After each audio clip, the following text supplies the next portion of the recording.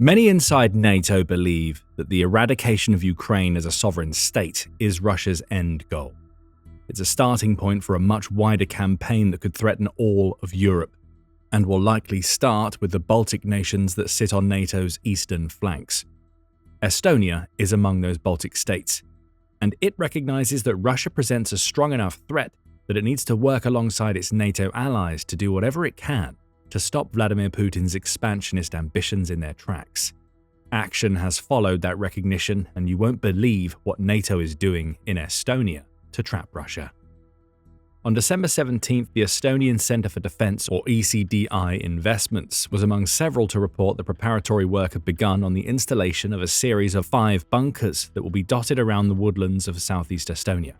These bunkers will be the first in a massive line of hardened fortifications that Estonia is putting in place as part of its role in the creation of a Baltic Defense Line that is designed to slow invading Russian forces down should Putin decide to expand the Ukraine invasion to the Baltic states. ECDI says that another 23 bunkers are planned for construction during the upcoming months, and that Estonia has plans to build an astonishing 600 of these structures by the end of 2027. These bunkers will be located all over northeast and southeast Estonia, in areas that have been identified as potential entry points for Russian troops in the event of an invasion. The leader of the infrastructure department at the Estonian Centre for Defence Investments, Kari Kolo, confirmed the initial plans to build 28 bunkers, as well as the aim to install 600 of them by the end of 2027. She added, "It's a pleasure to note that in addition to the obstacle systems already delivered, we are now seeing a new tangible addition in the form of bunkers in the creation of a comprehensive Baltic Defense Line." The chief engineer of the Estonian Defence Forces, Lieutenant Colonel Ainar Afanasyev, added that location selection was key to ensuring that all 600 of these bunkers will combine to serve as a massive trap for Russia's forces, and that each has been designed so that it can take direct hits from 152mm artillery rounds that are most commonly used by the Russian military. "It's essential that these decisions are well thought out and coordinated with the units," Afanasyev said, in addition to revealing that Estonia also plans to build up to 40 kilometers or almost 25 miles of anti-tank trenches to serve as further traps for Russia's encroaching forces. The commencement of this project has been a long time coming. Estonia planned to have the construction of these bunkers underway a long time ago. That's according to Defense News, which has also reported on Estonia's move to reinforce the Baltic Defense Line. It says that each of the bunkers measures approximately 35 square meters, or about 377 square feet, and that their deployment has started about a year later than initially planned. Procurement complications were the culprit of this delay, forcing Estonia's officials to alter their plans to incorporate the initial rollout of bunkers we'll see in the coming months. Initially, Estonia released a tender for the construction of all 600 bunkers, only to find out that all of the bids that it received exceeded the cost limits set for the project. That wasn't necessarily the fault of the construction companies. They needed to know where each of these bunkers was going to be built before they could quote accurately. That information is being kept confidential for operational security purposes. The staggered rollout of the bunkers upon which Estonia settled allows it to release the locational information in stages, and only to those who are building the bunkers. Given that these bunkers are supposed to be used to surprise invading Russian forces, this insistence on secrecy is a smart move, even if it's led to construction delays. It's better for Estonia to not finish all 600 but have Russia deal with not knowing where the bunkers are, than it is for the project to be completed, only for all locational information to find its way into Russian hands prior to an invasion. Estonia will still want to move as quickly as possible, now that it has the project up and running.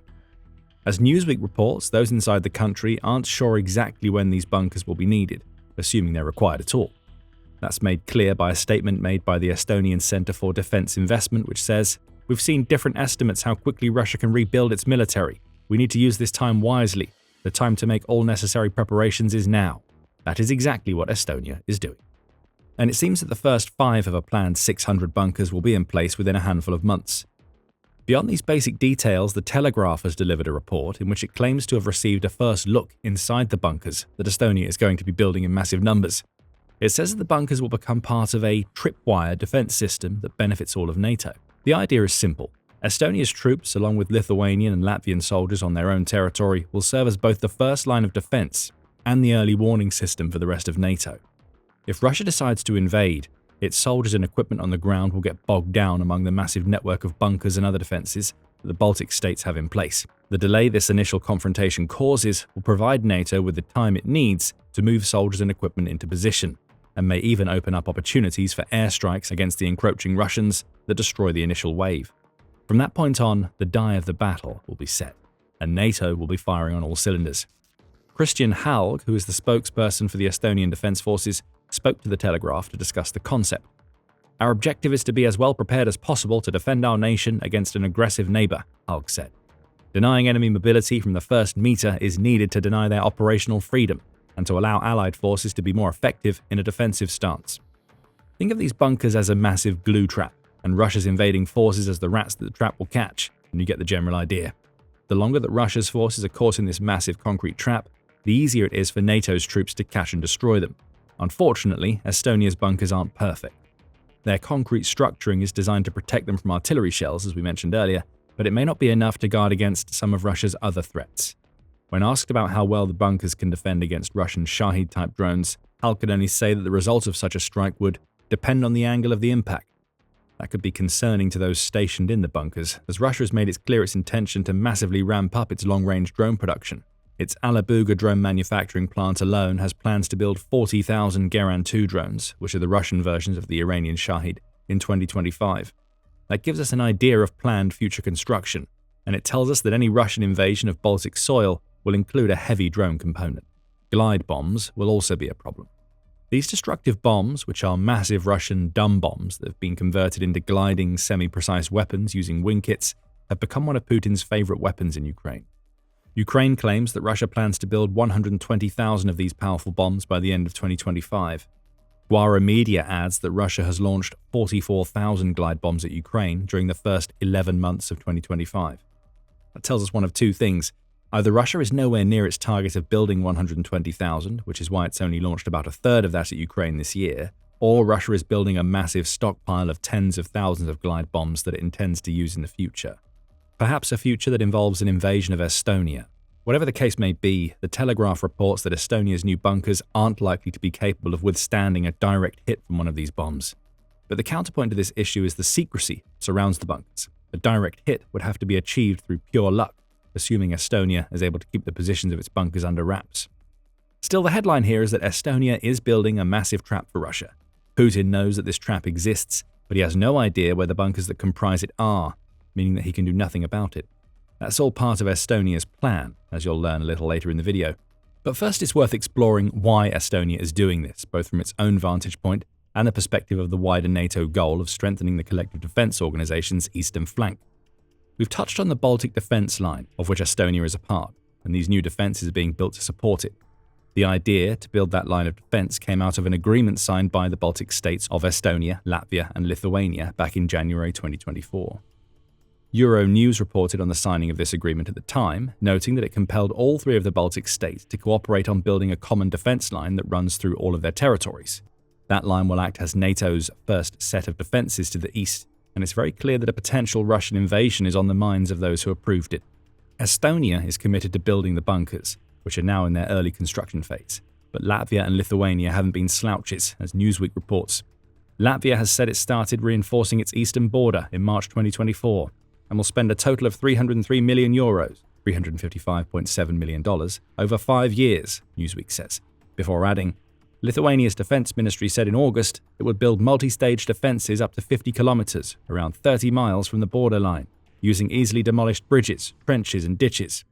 This is a multi-layered series of defences that have been planned out to take advantage of the strengths that each of the Baltic states brings to the table. Of the three, Estonia and Latvia share direct borders with Russia.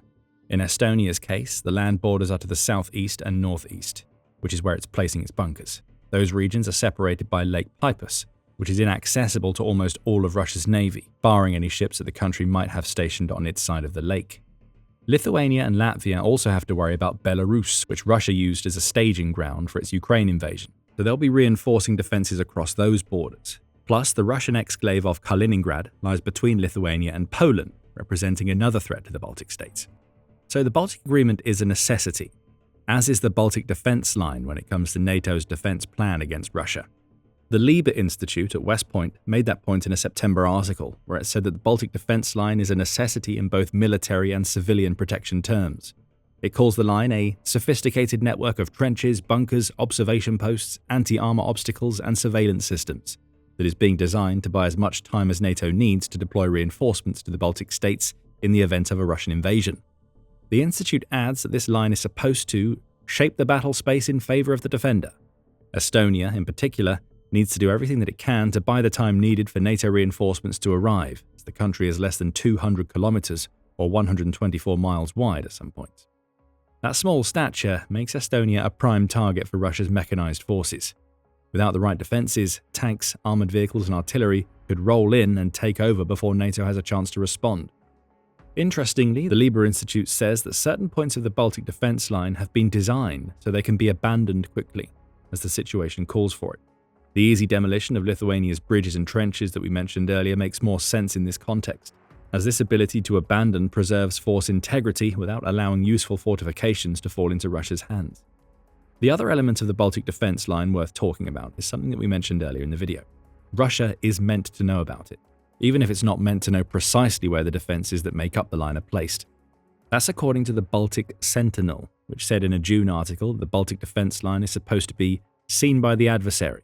The outlet points to the Ukraine war as an example of this visibility as a tactic, noting that the many trench systems and obstacles Ukraine creates to slow down Russia's mechanized assaults are all visible from commercial satellites. However, that visibility doesn't matter because it doesn't change what these defenses are really designed to do. Fortifications are not just about stopping an enemy, they're about shaping the battlefield. The enemy knows what's waiting for them, they're forced to make choices that slow them down and expose them, the Baltic Sentinel says.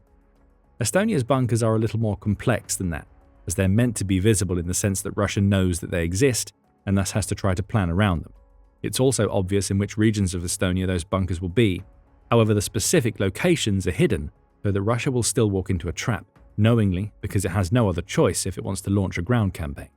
The Baltic Defense Line is almost like a dare directed at Putin. Russia's president can try to invade the Baltic states, but his forces will be slowed down, churned up, and then attacked by masses of NATO reinforcements, and there's nothing that Russia can do about it.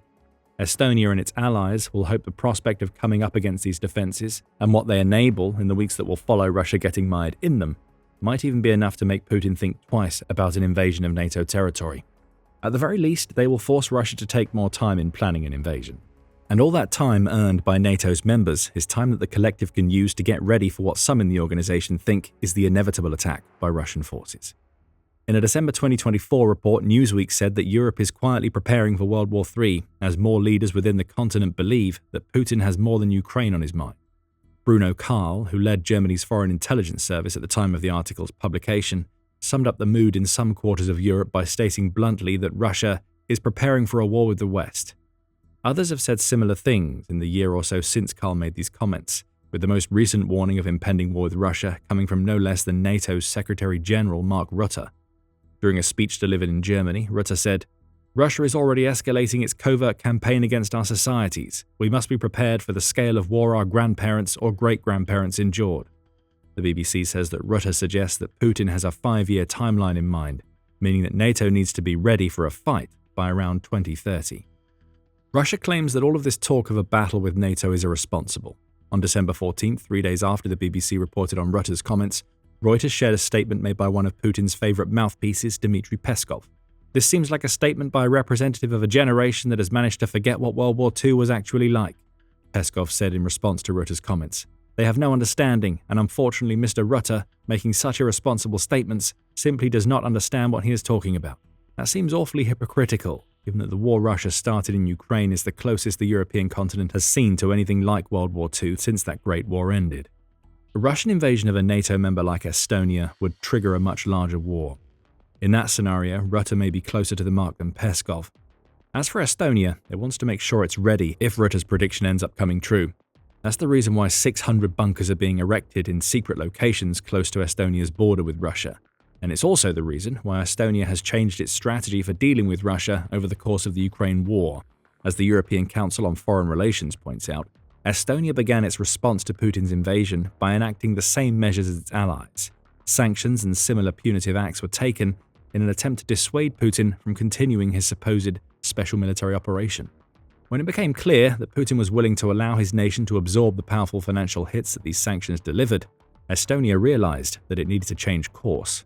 Rather than a combination of punishment and plans for a counterattack if Russia invades, Estonia is instead relying on a strategy of denying Russia's forces the ability to invade, at least at the type of speed they would like. To support this reassessment of its Russia strategy, Estonia has increased its defense spending to about 5% of the country's gross domestic product, which amounts to an outlay of about $11.5 billion up to 2029. Estonia recognizes that it is a small country with a small defense force, but it is intent on making that force as capable as possible, while playing its part in building the Baltic Defense Line that is key to NATO's chances of stopping a Russian invasion in its tracks. Building 600 bunkers is a good start, especially amidst news that Russian border guards briefly crossed over into Estonia on December 18th. Putin is already poking the bear to see what sort of response he's going to get. Estonia is going to ensure that the big Russian finger gets caught in a trap if it pushes too far. Other NATO nations are joining Estonia in wanting to develop the type of war readiness that will make Putin think twice about expanding his special military operation beyond Ukraine. The UK and its constituent countries are among them. A leading defense chief has just said that the UK's people need to be ready for war, and Putin should be worried. Find out why in our video, and remember to subscribe to the Military Show for more coverage of the latest measures that NATO nations are taking to prepare for whatever comes next from Russia. And thank you for watching.